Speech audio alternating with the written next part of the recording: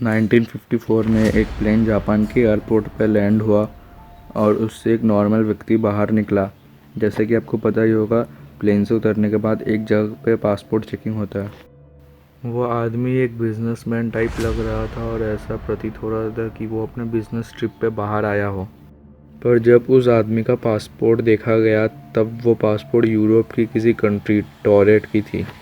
शुरू में ऑफिशियल्स को लगा कि ये पासपोर्ट की कोई गलती है, पर उसके तुरंत बाद ही उस आदमी ने कहा कि नहीं, मैं टॉरेट का ही रहने वाला हूँ और तुम लोग ऐसा कैसे कह सकते हो कि टॉरेट नाम का कोई देश है ही नहीं। मेरा देश तो कई सालों से यूरोप में है। ऑफिशियल्स कुछ नहीं समझ पा रहे थे कि क्या हो रहा है। उसके बाद उस आदमी ने अपना पासपोर्ट दिखाया जिसके ऊपर टॉरेट लिखा हुआ था और वो पासपोर्ट बिल्कुल जेन्युइन था। उसके पास और भी बहुत सारे डॉक्यूमेंट्स थे जिस पे भी टॉरेट लिखा हुआ था और उसके पासपोर्ट पे जापान का स्टैम्प भी था जो शायद उसने पहले लिया था जब उसने एक बार जापान ट्रैवल किया था, और वो बिल्कुल जेन्युइन था। उसके पास एक ड्राइविंग लाइसेंस भी था और उस पर भी टॉरेट लिखा हुआ था और वो लाइसेंस भी बिल्कुल जेन्युइन था। फिर ऑफिशियल्स ने उसे एक मैप दिया और बोला, तुम्हारा कंट्री इस मैप में कहाँ है, ज़रा मार्क करके बता दो। फिर उसने मार्क भी किया स्पेन और फ्रांस के बीच में और कहा कि यहाँ पे टॉरेट है। पर सच्चाई तो आपको पता है, टॉरेट नाम का कोई देश इस दुनिया में एग्जिस्ट करता ही नहीं है। वो आदमी बहुत ज़्यादा फ्रस्ट्रेट हो गया था क्योंकि अगर आप कोई काम से बाहर आए और आपको पता चला कि वो देश है ही नहीं तो कैसा लगेगा। इसीलिए उस आदमी को एक होटल रूम में भेज दिया गया और ऑफिशियल्स ने उससे कहा कि अगले दिन हम तुम्हारी जांच पड़ताल करके तुम्हें छोड़ देंगे, और वो आदमी मान गया। उस रात के लिए उसे एक होटल रूम में रखा गया फुल सिक्योरिटी के साथ। दूसरे दिन जब ऑफिशियल्स उस आदमी को लेने आए तब उन्होंने देखा कि वो आदमी उस घर से गायब है, और तो और उसके डॉक्यूमेंट्स जो ऑफिशियल्स ने लिए थे वो भी किसी रहस्यमय तरीके से गायब हो गए थे। पर इस केस के बाद ज़्यादा बातचीत नहीं हुई और न्यूज़ अटेंशन भी दी नहीं गई। इस घटना के 35 साल बाद the directory of possibilities and strange but true in दोनों बुक के ज़रिए लोगों को पता चला। इस घटना के बारे में कोई नहीं समझ पाया कि उस दिन आखिर हुआ क्या था। बहुत सारी थ्योरीज बनाई गई और उनमें से सबसे फेमस थ्योरी ये कहलाती है कि वो इंसान किसी दूसरे पैरेलल यूनिवर्स का इंसान था जो हमारे यूनिवर्स में किसी ग्लिच के चलते शिफ्ट हो गया था।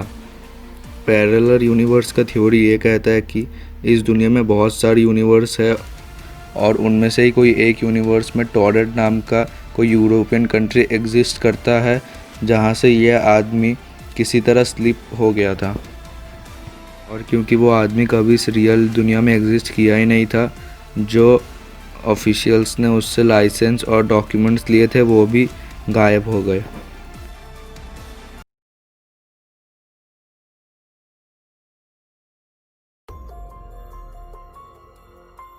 हैकन नॉर्विस रोज़ की तरह अपना काम ख़त्म करके घर आया और वो पानी पीने किचन में गया। तब उसने देखा कि किचन के फ्लोर में बहुत सारा पानी है। तब उसे पता चला कि शायद किचन का पाइप लीक हो रहा होगा, इसलिए वो दूसरे रूम में गया और टूल्स लाया ताकि वो पाइप को फिक्स कर सके। जिस कैबिनेट से पानी निकल रहा था, जब उसने पाइप फिक्स करने के लिए अपना हाथ अंदर डाला तब वो देखा कि उसका हाथ अंदर जाता रहा और वो एक सुरंग की तरह बन गया था। तब वो उसके अंदर घुसा और वो जाता ही गया और जब वो एक जगह पे बाहर निकला, वो कैबिनेट सेम था और जगह भी सेम था। और फिर उसने अपने आप को देखा एक 70 साल के इंसान में, और ये साल 2042 था।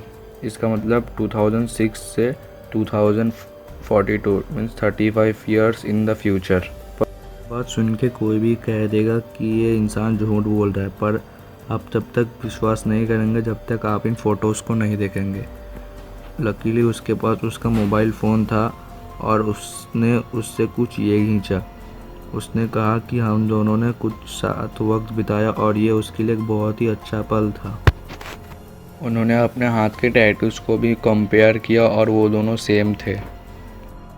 एक बार के लिए मान भी लेते हैं कि हैकन नॉर्विस सच बोल रहा था, पर क्या इसका कोई साइंटिफिक एग्जाम्पल है? इस दुनिया में टाइम ट्रेवल के बहुत सारे एग्जाम्पल्स हैं, उनमें से ही कुछ है ब्लैक होल थ्योरी और worm hole theory. Worm hole theory ये कहलाता है अगर आपके कमरे में कोई एक वार्म होल बन जाए और अगर आप उसके अंदर चल जाएंगे तो आप समय में आगे या पीछे ट्रैवल कर पाएंगे। आपको ये वीडियो कैसा लगा नीचे कमेंट सेक्शन में ज़रूर बताइए और इस वीडियो को लाइक कीजिएगा और चैनल को सब्सक्राइब कीजिएगा और आगे आपको किस टॉपिक के ऊपर वीडियो चाहिए वो भी मुझे बताइए।